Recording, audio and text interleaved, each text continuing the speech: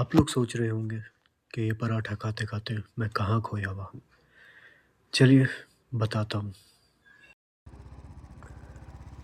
तो दोस्तों, एक बार फिर निकल चुके हैं हम जयपुर से वृंदावन के लिए। बट इस बार की मंज़िल हमारी है रावल। अब रावल क्यों जा रहे हैं और रावल क्या है, ये हम आपको आगे बताएँगे।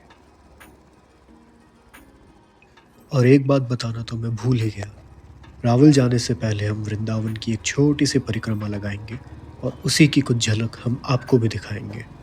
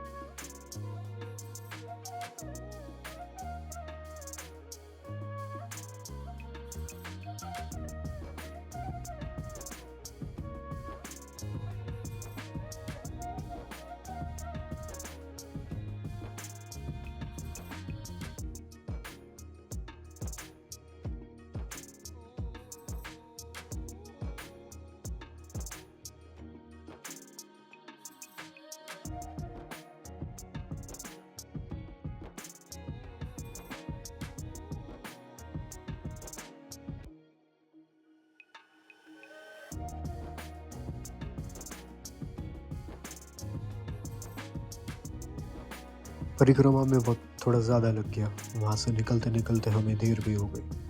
रास्ते में ट्रैफ़िक भी था और भीड़ भी, इसलिए अलग-अलग रास्तों से हमें रावल तक पहुँचना पड़ा। हमें डर था कि कहीं हमारे दर्शन मिस ना हो जाए। पर जहाँ भाव सच्चा हो, वहाँ श्री जी कोई ना कोई कृपा कर ही देती है। जहाँ हमें ये डर था कि हम लेट हो चुके हैं, हमारे शायद दर्शन नहीं हो पाएँगे, वहीं हमने कुछ ऐसा देखा, जो शायद मैं आपको शब्दों में नहीं बता पाऊँ, इसलिए दिखा देते हैं। पर उससे पहले हम रावल के बारे में थोड़ा जान लेते हैं। ये वही जगह है जहाँ पे श्री राधा रानी अपने पिता महाराज विश्वभानु को मिली थी। ऐसा कहा जाता है कि वो उन्हें यहाँ पर एक कमल के फूल के अंदर एकदम शिशु रूप में, बाल रूप में मिली थी। इसीलिए श्री जी के जिस स्वरूप के दर्शन यहाँ पर हैं, वो बाकी जगहों से बहुत अलग है। यहाँ पर हमें श्री जी का बाल स्वरूप देखने को मिलता है, जैसे कि हमारे घरों में लड्डू गोपाल होते हैं, और दूसरी ही तरफ श्री जी और ठाकुर जी युगल स्वरूप में हैं।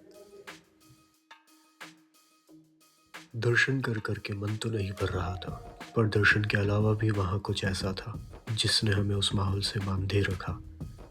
वो थी ये सखी जो अपनी नृत्य सेवा के भाव से श्री जी को रिझा रही थी।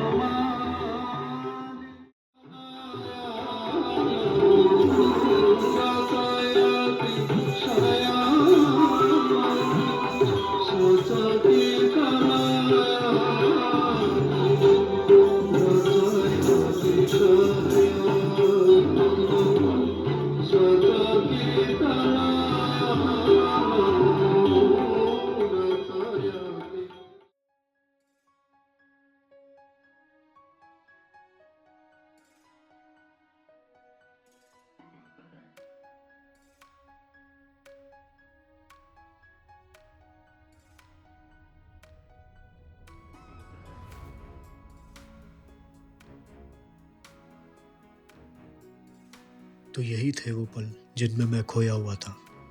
आम जिंदगी में हम दुनिया को रिझाने में लगे रहते हैं और फिर भी अंत में मन में अशांति ही रह जाती है। और वहीं एक सखी अपने नृत्य सेवा के भाव में सिर्फ श्री जी को रिझाने में लीन थी। तब एहसास हुआ कि जब हमें सिर्फ देखने भर से इतना सुकून मिल रहा है, तो जो उस भाव सेवा में लीन है, मग्न है, वो कितना सुकून और शांति पाता होगा।